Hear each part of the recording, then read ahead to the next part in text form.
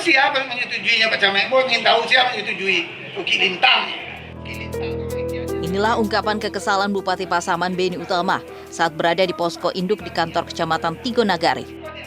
Bupati Beni marah ketika mendapati petugas posko gempa memberikan bantuan pada pengungsi secara pribadi tanpa prosedur dan mekanisme yang jelas. Kepada pengungsi, Bupati Beni memastikan semua bantuan akan dibagikan kepada warganya yang terdampak gempa dengan jalur distribusi yang benar. Bantuan, tentu cara pendistribusiannya, cara menerima, ini kan harus jelas ya. Nah, bantuan masyarakat ini kan harus sampai ya, sesuai dengan peruntukannya. Nah, ini yang saya lihat tadi, dan kita juga mendengarlah keluhan dari masyarakat apa. Ini tentu kita sampaikan ke posko ini supaya keluhan masyarakat ini juga harus dijawab kan. Banyaknya masalah dalam proses pendistribusian bantuan juga disorot oleh anggota DPR RI, Ade Reski Pratama, saat memberikan bantuan ke posko gempa di Kabupaten Pasaman dan Pasaman Barat. Kemanusiaan kita bersama untuk saudara-saudara kita, keluarga kita, baik itu yang ada di Pasaman Barat dan di Kabupaten Pasaman. Kami tentu begitu luar biasanya hati ini ketika banyak sekali lalu lalang di jalan-jalan kita ke arah sini, begitu banyak yang membawa bantuan-bantuan. Itu menandakan bahwa kebersamaan kita, kekerabatan kita, kekeluargaan kita masih sangat kuat.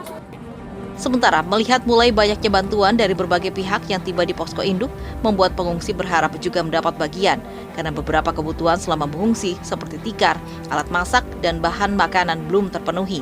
Alihnya bantu itu sih, Mak? Hah? Alihnya bantu itu sih? Nado alih mak apa ke mak angkui dari rumah nado pergi dari besar rumah dan biar lah piak alih kok memasak dan mak dikasih kok ya lah menempang. Yang kan dimasak, Cik? Yang dimasak kok minyak, kok bagi, kok lapiak dari dua anak.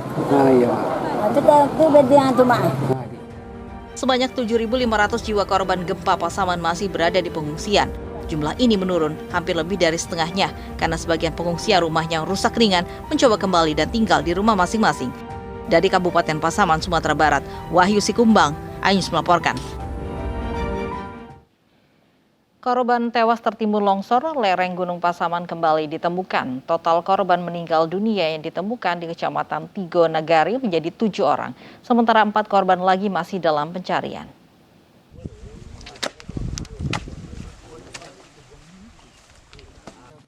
Rabu siang, korban gempa dan longsor di Kabupaten Pasaman, Sumatera Barat berhasil dievakuasi. Warga Desa Nagari Malampah ditemukan tertimbun longsor di kedalaman 2 meter. Korban ditemukan tak jauh dari ladang tempatnya bekerja. Lokasi korban diketahui saat petugas TNI yang sedang melakukan pencarian melihat anjing pemburu milik warga mencium tanah di satu titik. Penemuan mayat ini sebenarnya sudah mulai kemarin sore.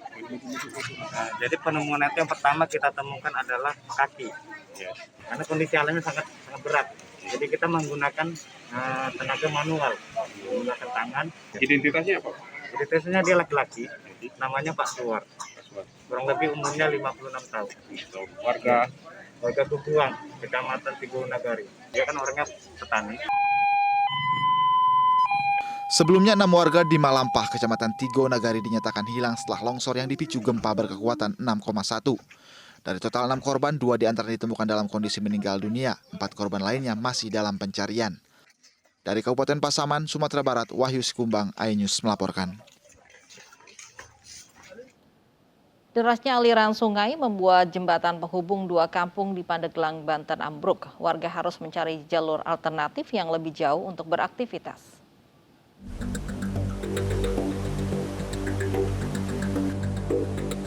Jembatan beton yang menghubungkan 2 kampung di Kecamatan Mandalawangi, Pandeglang, Banten ini ambruk usai diterjang banjir pada Selasa kemarin.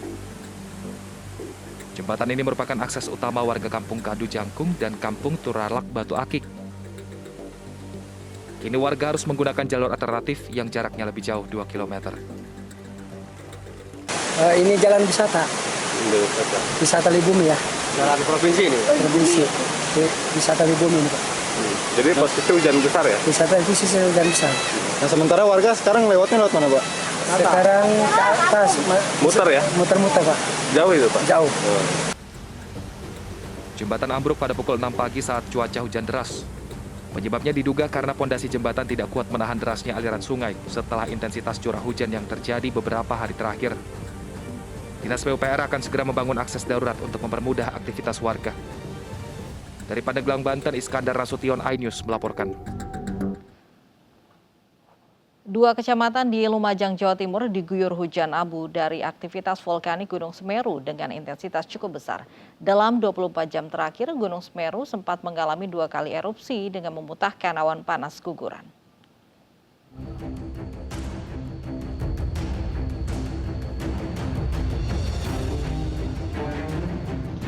Inilah kondisi Desa Penanggal di kaki Gunung Semeru, Lumajang, Jawa Timur yang diguyur abu vulkanik dari aktivitas Semeru. Abu vulkanik bahkan sampai di tempat pengungsian terpadu di lapangan Desa Penanggal. Intensitas hujan abu cukup tinggi sehingga membuat warga sempat panik. Terjadi erupsi Semeru berupa awan panas guguran pada tanggal 2 pukul 22.16 menit. Ya. Nah, saat ini memang yang kami rasakan di Desa Penanggal ini adanya hujan abu yang dengan intensitas sedang, begitu. Sementara dalam 24 jam terakhir, Gunung Semeru alami 2 kali erupsi dengan memuntahkan awan panas guguran.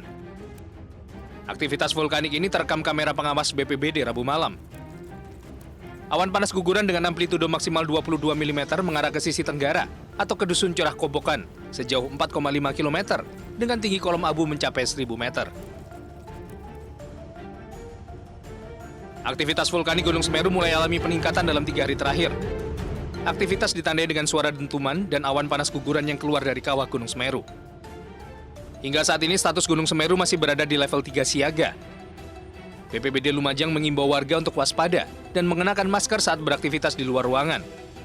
Hal ini untuk meminimalisir risiko gangguan kesehatan akibat paparan hujan abu vulkanik Gunung Semeru. Dari Lumajang, Jawa Timur, Yayan Nugroho, iNews melaporkan. Tim evakuasi WNI dari Ukraina berangkat dari Bandara Soekarno-Hatta. Mereka berangkat ke beberapa wilayah di Ukraina untuk membantu evakuasi WNI secepatnya.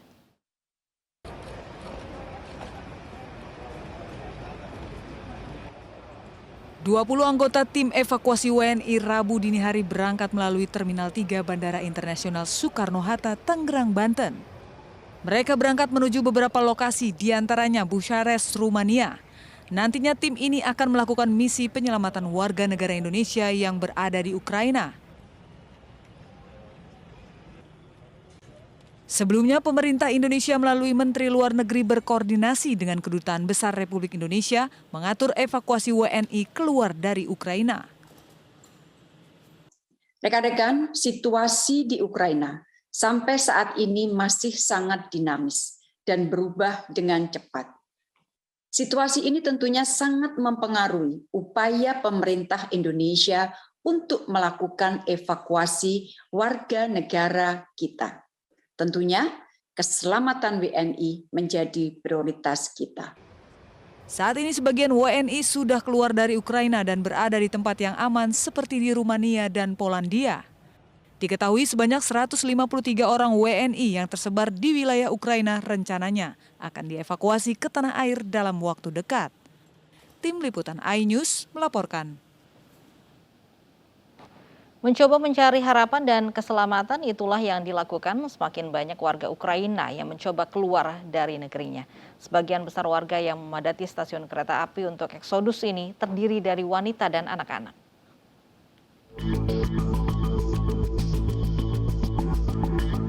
Ribuan orang memadati stasiun kereta api di Dnipro.